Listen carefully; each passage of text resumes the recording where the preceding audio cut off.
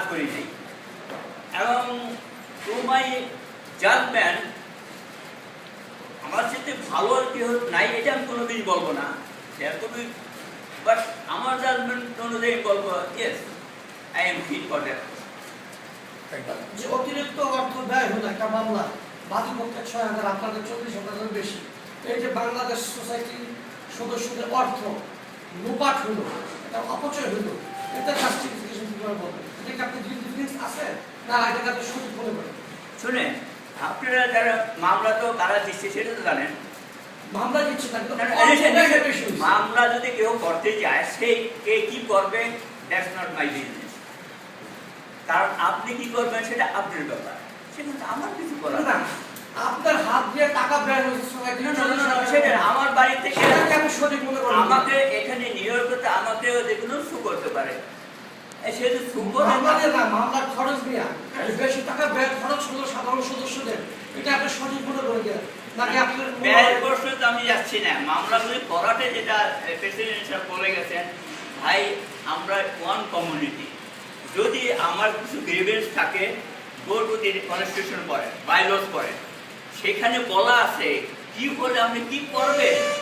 মামলা যাওয়ার তো আপনাদের কারো যাওয়ার তো কথা না, সেইগুলি স্টেপ ফলো করলে যে এই ঝামেলাগুলি হয় না। সেই জন্য প্রেসিডেন্ট সাহেব বলেছেন ওইটাই স্টেপ টাকা আমরা নিজেকে আগে কন্ট্রোল করি। If I am good hopefully everybody should be good.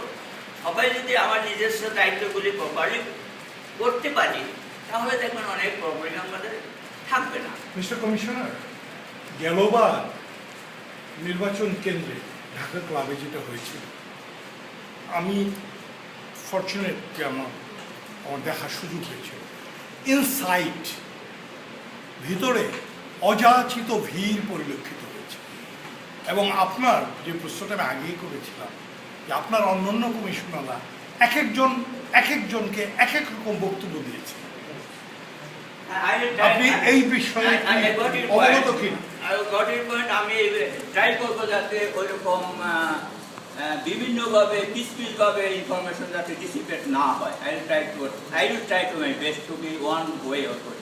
আমার একটা প্রশ্ন, সেটা হচ্ছে যে গতবার না গত কয়েক ইলেকশনে আমরা দেখতে পাচ্ছি যে সোসাইটি ইলেকশনের সময় ইলেকশন কমিশন যে নিরপেক্ষতার কথা সবসময় বলে, কিন্তু প্রকারান্তরে সেই নিরপেক্ষতা তাদের পক্ষে অতটা রাখা সম্ভব হয় না, কারণ সবাই তাদের পরিচিত, প্রার্থীদের অনেকেই পরিচিত। গতবার যে ঘটনাটা ঘটছে যে ব্যালটের বুক আপনাদের এখান থেকে চলে গেছে, আপনারা কেউ সেটা হেফাজত করতে পারেননি, সেটা বাইরে চলে গেছে এবং রাস্তায় চলে গেছে। তো এইবার যে ওই ধরনের ঘটনা ঘটবে না, আপনাদের কাছে কি আপনারা কি এক্সট্রা কোনো প্রিকশন নিচ্ছেন?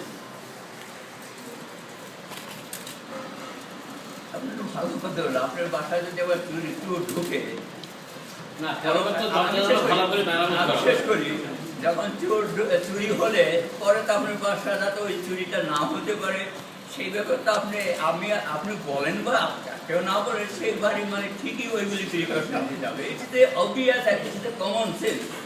আচ্ছা, আমার আরেকটা প্রশ্ন সেটা ছিল যে এখন তো আমাদের যে পদ্ধতিতে সোসাইটির ভোট গ্রহণ করা হয় সেটা এখন আর সে আমেরিকান মানদণ্ডে সেটা সেকেলে সেটা এখন আর কেউ মূলত আর ফলো করছে না। এখন সবাই ইলেকট্রনিক ভোটিং মেশিন কম্পিউটারের মাধ্যমে ভোট দেওয়া ইন্ট্রোডিউস করছে এবং এবার চিটাগাং সমিতি সেটা ইন্ট্রোডিউস করছে ফর্মালি কমিটি। আপনারা কি সেরকম কিছু করতে চাচ্ছেন? কারণ সেটা অনেক ফুল প্রুফ, সেটা তো ভুল খুব কম হওয়ার সম্ভাবনা, কারণ সেখানে কোনো দড়ি টানাটানির ব্যাপার নাই, সেখানে কোনো পুলি টানার ব্যাপার নাই, সেখানে সবই এটিএম মেশিন। তো আমরা তো সবাই মোটামুটি এটিএম মেশিন ব্যবহার করতে অভ্যস্ত, তো সেই পদ্ধতিতে ভোটিং মেশিন ইন্ট্রোডিউস করবেন কি?